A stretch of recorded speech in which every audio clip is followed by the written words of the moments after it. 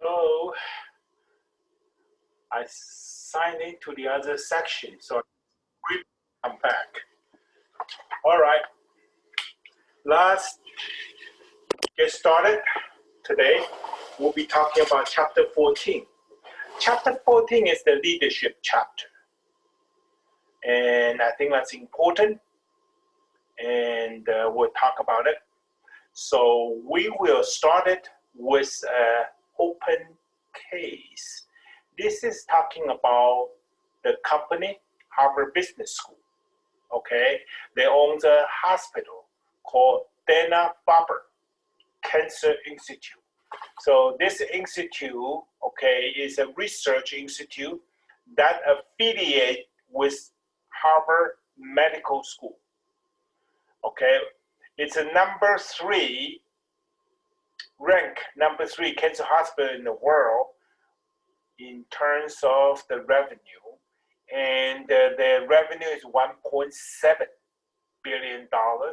They treat half every year, and fifth best cancer hospital in the United States. Okay, and in Texas, Houston, we have one of the very, very good cancer hospital. Do you know which hospital is that? Anderson. Okay, so in Houston, we have one very, very good one. And so what's the uniqueness about this company? It's a Harvard Medical School. They have a lot of research grant from the government. They do a lot of pilot research projects, okay, and they do a lot of new treatments, etc., etc. So what's the uniqueness about this? That in the hospital, the very, very important person will be what? Will be the project manager. Whoever brought in $10 million, $5 million, they were the king and the queens. They dictate a lot of things. People survive because they get money. People do not survive because they didn't get the grant or additional money or new money from the government. So these guys, they organize their own team. Okay? They are very portable. They are self-centered unit. Okay? And they directly respond to the US government, certain NIH or any government organizations. So it's very, very difficult to run. You can attract the good people, but if another hospital, another university give them a better lab, they probably will move to another school. Okay, and the typical hospital, okay, they organize by what? By functional or by department. Anyone remember what is functional area? What is functional structure? Nicholas, remember functional or department structure? I would have said functional. Functional, give me an example. What is the functional or department structure? People who work together so the same function would for me be accounting. Exactly. Accounting, finance, marketing, internal medicine, oncologist. Okay, by what? By similar stuff. Okay, and then they have all these what? Individuals have grants, and maybe you working as an internal doctor, but you also have this good big grant money, the money from the government. Okay, so it's very chaotic. So how to make the corporate structure to be really smooth? So they are department focused. They have what? A lot of interdisciplinary teams. and the CEO want to move this from this to a different system. What will be a good system? Of course, from department, okay, next level we'll be thinking about is what? Divisional level. Divisional level means what? 3 different ways. Division by product lines, P&G, and the GE, right? The airplane, jet, engines, and lighting, medical equipment, etc., by product lines. Okay, or we talk about P&G, Procter & Gamble. Okay, they have 6 divisions now. Okay, and or what? Geographic structure, Walmart, and that sort of stuff. These are not, okay, doesn't fit. The last one is what? Customer oriented. Remember we talked about the division by customer. So HP, okay, they have what? Government sector, they have enterprise sector, they have non-profit sector, because what? Market is so different. So if the hospital want to use the divisional business unit, okay, every unit should be self-support. Okay, what kind of things they should be grouped together? Similar problems. So for instance, you know, all those children's cancer, they group everything together here. So children's liver cancer or children's skin cancer, whatever, so they group everything together into this center. Okay, then there's a problem. In the past, it's a multifunctional team. Maybe one doctor from internal medicine, one from pediatrician, then one from the lab. Okay, then they have 2 biologists, multifunctional team. Okay, and you have to restructure. Okay, and the people may or may not join you, or people how to manage them. So it's an interesting structure. Let's take a look. Okay, so I told you, okay, they depends on a lot of experts bring in the what? The research grant, okay, and these people are highly portable, and they don't like to collaborate, okay, so they have to do what? A new structure. How to do a new structure? Okay, they tried to create 10 research centers. They did a SWOT analysis, strengths, weakness, opportunity, and the threats. Okay, and they find out all the different cancer problems, how to logically put them into 10 different centers. Then they try to give all the 10 centers a lot of incentive.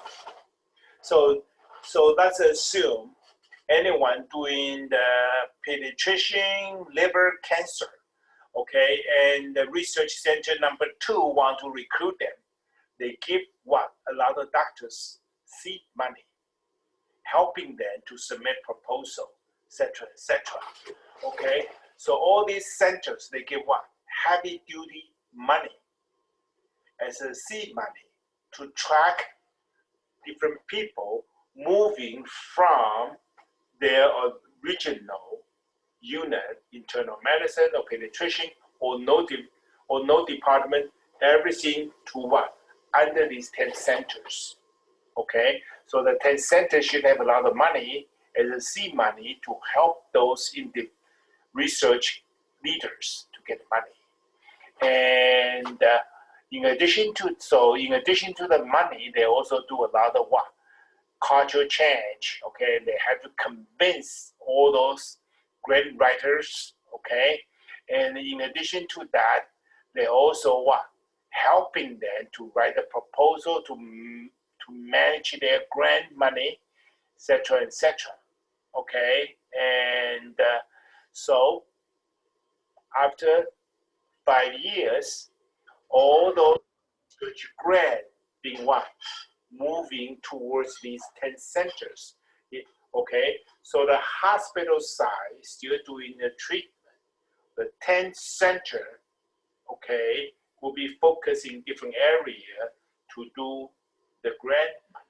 Okay, so this is talking about, okay, how to organize and group different divisions, okay, and to be more focused to get the research grant, okay. And you can take a look about this case, okay. Next one, talk about the leadership. What is leadership? Okay, leadership is the influence, okay, and through what? Inspiration, motivation, or direct people, okay. A leader is what? Influencing people on their behaviors. So the people work towards your direction, okay. People are motivated by you, and that's leadership, okay. And the nature of leadership, okay. First of all, we were talking about parameters to categorize leadership, okay. How to analyze, compare leadership. We normally use these three different pair of parameters: directive or supportive. Directive leadership means what? You give directions, you tell people what to do. Supportive leadership is focused on what? How to support people. You don't keep on order people or telling people what to do. You support them. Love or discipline. A lot of people use the love, okay, the compassion, but certain leadership is what? Give you money, give you punishment. And certain leadership, I just focus on task, get it done, task. Or sometimes certain leaders are focused on what? People. Are you well? Are you happy? Okay, etc., etc. So we have people-oriented or task-oriented. Okay, and so that's the first of all, we analyzing leadership from these three different kinds, three pairs of what? Category. So second thing is talking about leadership style. Okay, textbook only give you 3 or 4, I give you 8. Okay, the first one, democratic leadership. Democracy. Everything, ask people to give you ideas. Based upon the group consensus, you make a decision. They call democratic leadership. Autocratic leadership, the second one, is talking about what? You don't need or you don't want to consult with people. You want to make your own decision. Like Donald Trump, right? Autocratic leadership. The third one is what? Laissez-faire leadership. This is talking about hands off. This kind of leader, okay, they don't bother you. They just let you do your work. Okay. The fourth one, talking about transactional leadership. Okay, transaction means what? There are some exchange. There are some transaction between you and your follower. You give me this, I give you that. You give me that, I give you this. Okay, you do this, you get money. You do this, you get punishment. So transactional is what? Very focused on exchange between the leader and the follower. Number 5, talking about charismatic leaders. These are very charming people. We always say President Kennedy is a person with the charismatic leadership. People like Jack Kennedy, okay? He just what? Young, handsome, good talking. Don't ask what you can do, okay? Your country can do for you. Ask what you can do for your country. You know, people just appear by just like it. Okay? Number 6, transformational. These kind of leaders, they want to transform you, transform the business, improve everything. they call transformational leadership. Number 7, servants leadership. What is servants leadership? They try to satisfy their employees' need. They are focusing on what? How to help the employees to do their job. Okay, the last one is bureaucratic leadership. This is talking about everything by book, overly focused on task structure and the bureaucracy.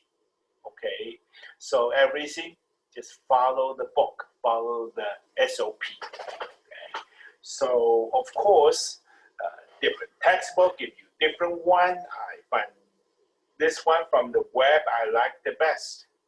Certain book give you 5, certain book give you 10, certain book give you 4, doesn't matter. Okay, and in this textbook, we will be discussing servants leadership, number 7. We also gonna focus on what? Number 6, transformational leadership. Okay, and the rest of the stuff is a little bit too extreme. You don't use democratic, you cannot consult everything with your staff. You do use autocratic 100%. You cannot make any decision without consulting with people. So all these stuff have what? Just a type with pros and cons. But the popular one in the management is servants leadership and the transformational leadership. Okay, these are very popular and the unique leadership style. Number 6, transformational. Number 7, servants leadership. Okay, so we will be talking about these 2 major ones later. Rest of them just a type. Okay, and each type may be overly emphasizing only certain part. So very few people just using number 1 or number 2. It's a relatively number 1, relatively number 2. Okay. And okay, so talking about servants leadership. Servants leadership talking about leader has a strong desire to work with benefit of others, share power, strive to enhance the followers' needs, and motivate, okay, and collaborate. Okay, so you know, 1990s and 2000, servants leadership is very, very important. Okay, you do not treat your employee as little screw or part of the machine.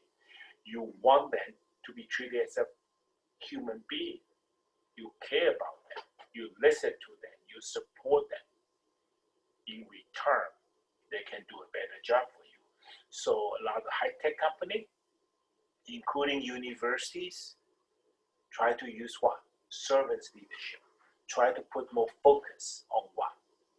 On the employee. Try to empower them, give them more decision-making power. Okay, and try to encourage them to be the expert in the area, to think for you, not just take your order. Okay, so that's servants leadership. And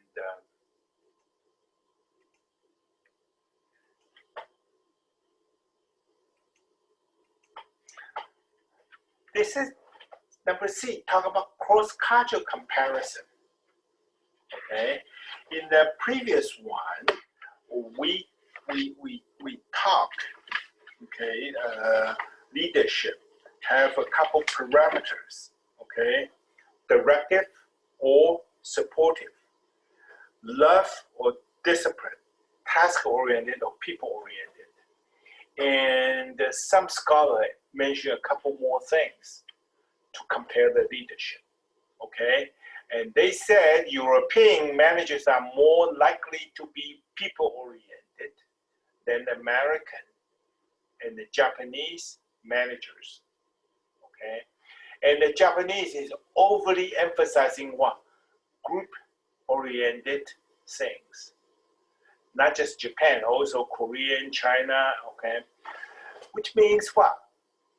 The leadership focusing more on the group, okay? European focus on people. American focus on what?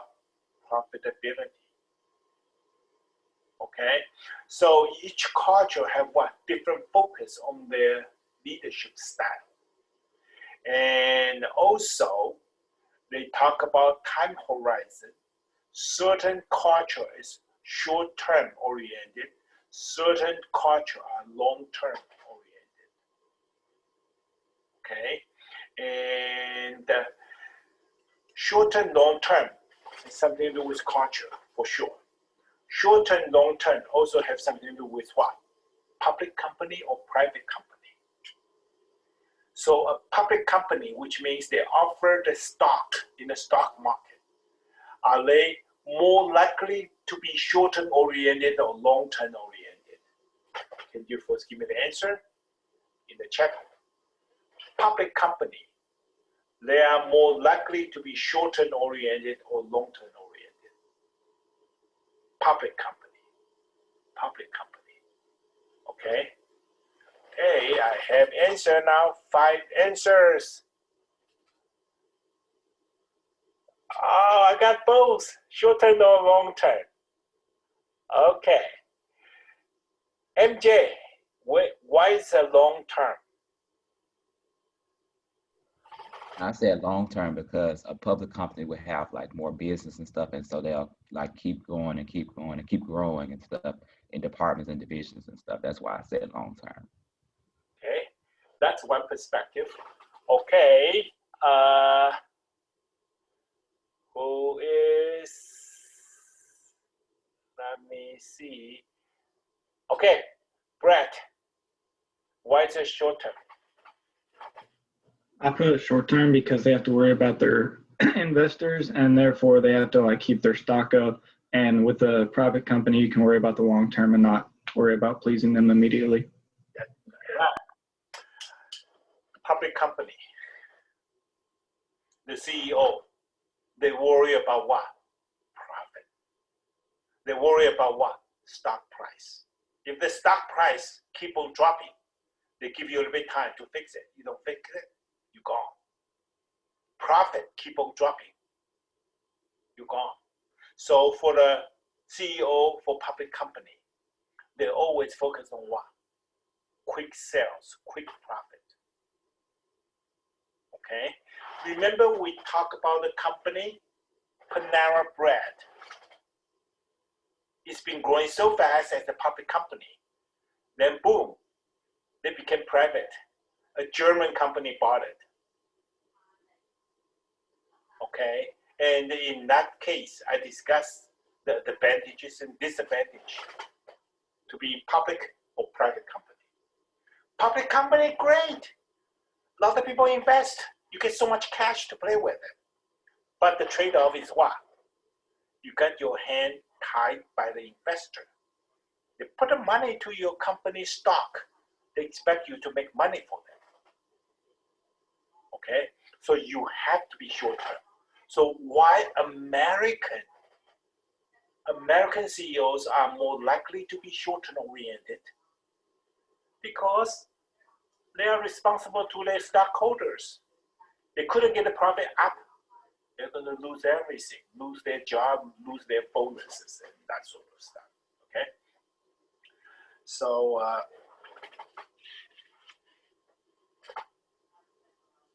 so you have to remember sometimes, okay, a private company is better.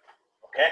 So Americans are short-term oriented because most of them are public companies. Japanese and certain things, of course, not all the companies are public, but also what?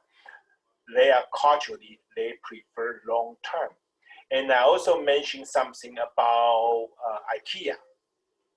Okay, IKEA has been so successful. Is IKEA a public company or private company? Private. Okay, one of the two groups will be presented in this case. IKEA, they don't have stockholder. It's owned by who? Foundation. Who owns the foundation? Employees.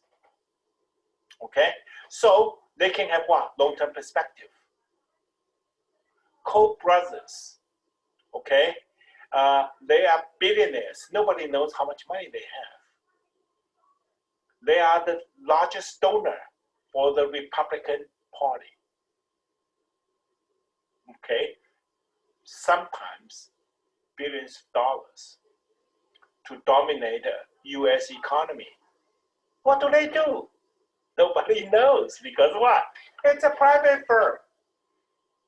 They have weapon system, they have all kinds of things, but they don't want to do public. They can wait. They want a long-term perspective. Maybe, okay, for the next 3 years, we lose a lot of money, but next 10 years, we're gonna have what?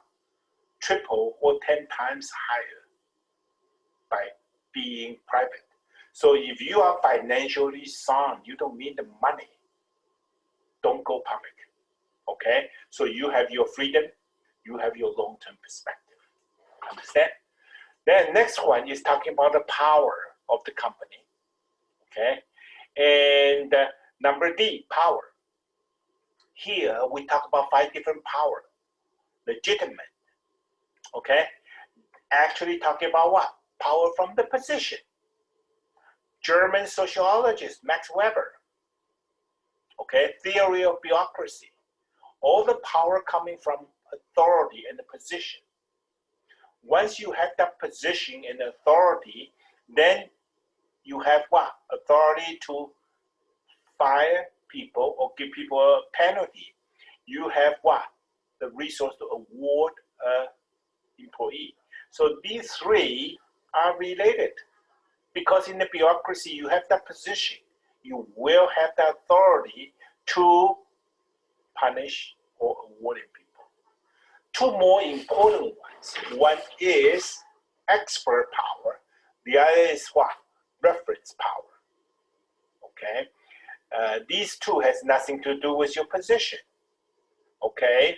And a certain person are well respected because, so these are the 3 ones, okay? Legitimate is with the power. Once you have the power, you have the authority to award people or to punish people, okay? So all these 3 is according to Max Weber, bureaucracy theory. These are the position or authority related. 2 more is what? Expert. As a manager, do you know more than your staff? Do you have more experiences than other staff? As an engineer, okay, could you teach your staff how to make different things? Expert power. If you know certain field, of course you are leader. You don't have to have the position. The last one is what? Reference power. Certain people with decency, okay, with integrity, everyone respect these kind of people. They call reference power. So in a group dynamic, okay, you have, or in a company, you have some leaders with the position. Sorry, he's the GM. Sorry, he's the assistant manager. So he has the power. You have certain people really know how to do things faster and better, expert. You really have someone take care of everyone with integrity, good personality, everyone likes them. Reference power, okay? So you need to have all kind of things. You have to be good, you have to know more, you have to be an expert. You have to take good care of people, you have to be honest, you have to have integrity to have reference power. And last one is what? Sorry, you need a position. So you can have resources to punish people, award people, okay? So power of the company coming from 5 different areas, okay? Then next slide, okay? We talk about leadership. We want to mention this term called empowerment one more time, okay? And empowerment, okay, and enlargement are the 2 concepts. We talk about it,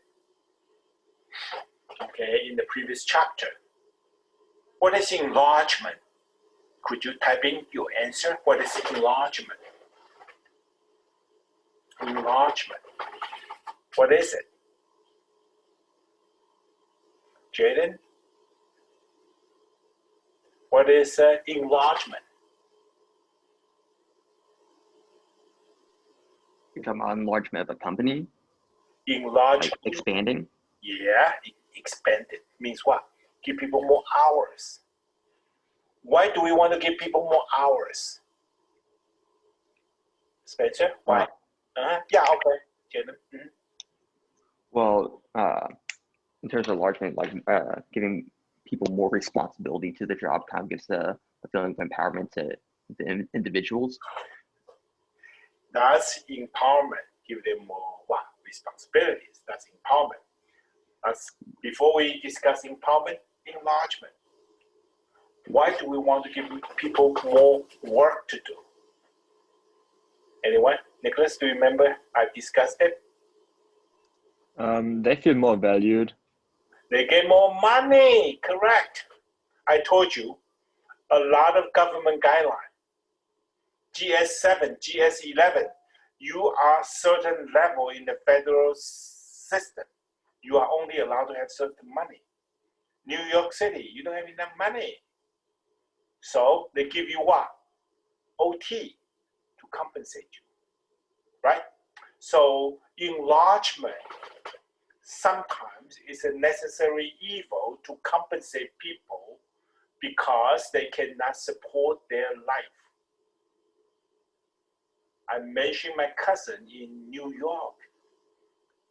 Every week, 10 to 15 hours OT, making his salary from 60 to 85.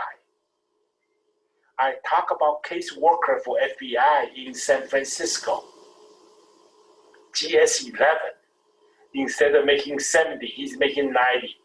But he had to increase, okay, his caseload 15% compared to aging Arkansas. Okay, so enlargement is something necessary. Then we talk about empowerment. Jaden just mentioned, give people more responsibility, give them more training. These kind of things are even more important, okay, as a leader. Because young people, they may or may not really care about so much money, but they want to what? They want to do a better job. They want to be more, know more things. And by empower people, you can increase your workers' involvement, motivation, and the commitment. Okay, and so empowerment and the enlargement are different. Empowerment is the magic words for management, for leadership. Okay, if you give them an opportunity to make decisions, give them an opportunity to learn new stuff, they can be a better worker for you. Okay, next session we'll be talking about the trait. What kind of personality a leader is supposed to have? Please use your chat, type in. What do you think the most important personal trait a leader should have?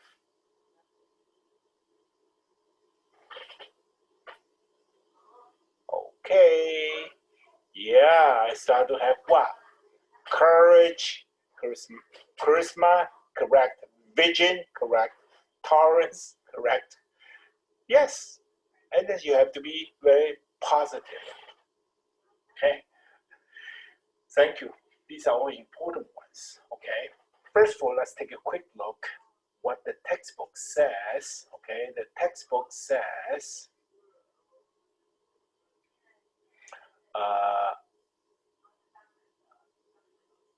we have to have what? Intelligence. Okay, you have to be smart, you have to have knowledge. Okay, you have to have dominance, you have to have self-confidence, high energy, and integrity, and EQ, and the maturity.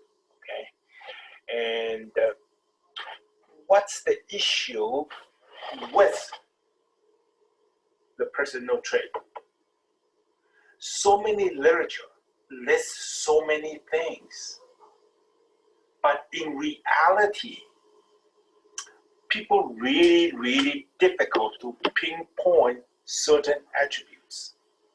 If you survey the top Fortune 500 CEOs, you find out they have very different personality. You cannot pinpoint to the common attributes. Everyone has this, everyone has that, okay, and this one has this one. Is finance major, marketing major, accounting major, shy or outspoken, every variety, everything.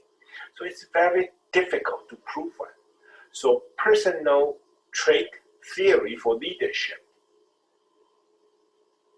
a lot of people do it, but the result, not good. Any model they use to predict to become a successful CEO or successful leader, less than 5% explaining power.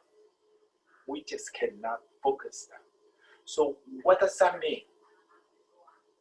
I have you folks to do the personality test. Okay, you may be shy, you may be ENTJ, you may be ENFJ. Doesn't matter. That's you. Okay, and according to Professor Chen, anyone can be CEO. You just change a little bit, you modify a little bit. Okay, there are so many other things we'll be discussing next time. The task structure. The company is making medical equipment. The company is selling furniture. People in the company. Most of the employees are female. Most employees are college graduate. Most employees are high school graduate. Your leadership really depends on so many factors. Okay? So, personal trait. People can say generally what happened, but nobody can prove this is required for someone to have it. If you are weak in this area, you can socialize, you can learn it from yourself. You still can be a successful leader. Okay? And more importantly, you have to understand task structure, what the company is doing, and the human structure, human background, human relation background, and external environment, how to deal with the people outside the company. Jack Ma, the CEO of Alibaba in China, one of the largest e-commerce company. His specialty is what? Government relations. How can Alibaba to be so successful in China? Because they have the license. Most Chinese do not have the credit card. He has a license, okay, people to do e-commerce. So he needs what? Department of Commerce, Department of Finance, Central Bank. He needs so many licensing and approval. He's one can get it. So he became the CEO. So really depends on the scenario that determines, okay, whether you can be a good leader or true leader. And the last 10 minutes, I want to talk about a company called Costco. Okay, have you folks heard about Costco? Costco is a company, multinational company, okay, doing the warehouse club. You have to be the member of Costco to go to the Costco to buy things. Very similar to what? Sam's Club.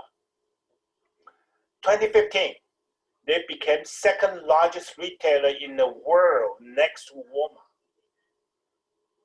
Do you believe that? Next to Walmart.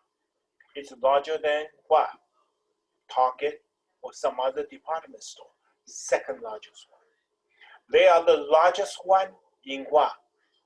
Prime beef, organic food, and the chicken, and the wine. And also, okay, in another state, they are the largest retailer for what? Gasoline.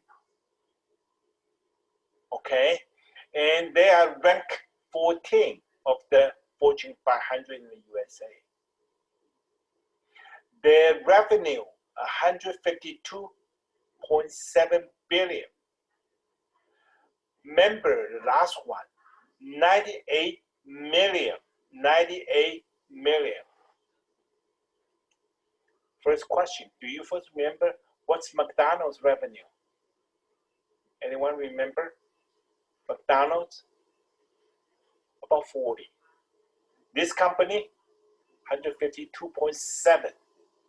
4 times, almost 4 times more than McDonald's. A company just similar to the Sam's Club can be so big. What happened? By the way, first question for you, please use the chat. Have you heard about Costco? Have you been in Costco? Please type yes or no. Okay, some of you, yes, that's good. Some of you, no, because what? You have to be member. If you go to California, you go to Oklahoma, you go to Texas. Even you see a Costco, you cannot get in because you are not a member. Okay, and I just talked about the membership. Anyone remember I just mentioned how many members they have 2019? 98 million, close to 100 million people are their members. Okay, and that's a big number. The membership due, $60 or $120, depends on what kind of membership type you have. Okay, and times $98 million. We are talking about billions of what? Membership due. They don't do anything, just the membership, several $billion. Amazing. Okay, how did they do it, right? That's the most interesting question. How can they be so successful? Okay. One important thing management professors like to teach is what? Take care of their employees. Okay? They pay average $70 per hour to their employee. How about Walmart in Arkansas? $12. 12, 17. It's a big difference. Okay? And 85% of the employee, full-time or part-time, combined, 85% have what? Health benefit. Okay? And they also treat their employee with what? Respect and consideration. So as a result, their employees are satisfied, committed, loyal, and motivated. The turnaround rate is so low. So think about it, Walmart paid $12 an hour. People are not happy. People leave. Every day, so many people quit. Every day, so many new people come. They don't pay the health insurance. They save some money, okay? But they have tremendous lawsuit. People say, I get hurt my back because what? It's job-related injury, disability, blah, blah, blah. So if you compare total human resources cost divided by the total cost, Costco is significantly lower because they pay people more. They don't have to keep on hiring people or training people or what? Lawsuit. Walmart pay people less. So many lawsuits. And there's so much money to do recruiting and the training. So as a good CEO, you rather pay people more, have them more committed, happy family, do not suit you, and happy and stay. Or you pay people cheap, keep on running, changing, and they suit you. Which one is better? Okay, so in the human resources chapter, we always use Costco as what? A case. Tell you the human resources practice, okay? You really, really have to what? To treat people well. In addition to that, okay, they also have some good things. Number one, I told you, membership dues. They got billions of dollars from membership. They have excellent customer service. We're talking about what? We talk about they treat employee right. Employee treat what? Customer right. Okay? And quality and service and the variety of the product. This warehouse, you go to Sam's Club, I guarantee you they got the cheapest price. But you don't have a lot of choices. Everything you have to buy what? Huge amount. Not very useful. Costco, different. They got a lot of name brand stuff, organic stuff, okay, and high quality stuff for the general family, okay? And another interesting thing is what?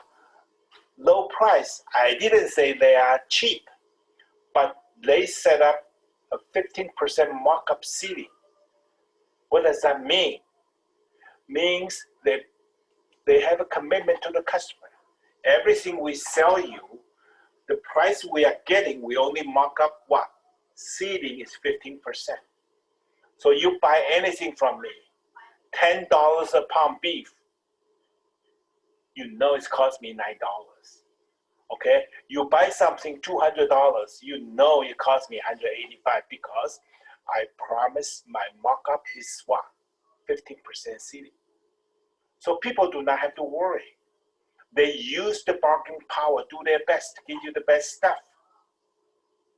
Sam's Club also gives you the cheap stuff, but cheap stuff is not the best stuff you want.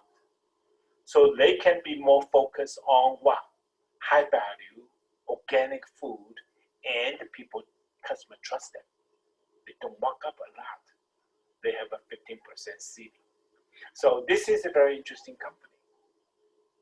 Okay, you don't get to use it so often, but you go to Texas, you go to California and Oklahoma and other cities. Costco is always flooded with people, get their stuff, okay? And it's a very interesting case. I want you to pay attention to typical classes in the management. We focus on what? Human resources practice, okay? But they have done so many other things right. Okay, their warehouse management, their membership service, okay, 98 million. How many people in the US? 300. So what? Almost every three people, one is what? They're members. You say, oh, art in Arkansas. Yeah, they don't come to Arkansas because Walmart headquarters is Arkansas. What do they want to compete in Arkansas? And also what? They do this huge stuff. Arkansas only has 3 million people. They want to find out what? Bigger city, nice market, and good socioeconomic income area. So they don't come to Arkansas. But doesn't mean it's not successful. It's extremely successful company. I really want you to pay attention to this company. So Monday, we'll finish chapter 14, the leadership. And Costco, I really want to raise your attention. It's a very interesting company. And maybe it's worthwhile for you to even seeking for employment opportunity there. Okay, and I hope you start work on your group project this weekend and next weekend. After that, we will have a test. Then presentation will begin. Okay, so try to work hard on your group project. It's 100 points. Okay, project. Also, I posted one last assignment I told you about ethical decision-making paper, 40 points, okay? That one was required by the UCA Assessment Office and the College of Business.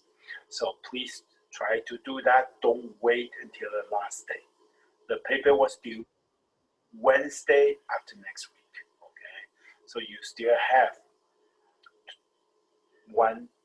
10 days, 12 days to do that, but try to do it sooner than later, okay? So other than that, any question? No question, I will let you go and have a nice weekend, folks, okay?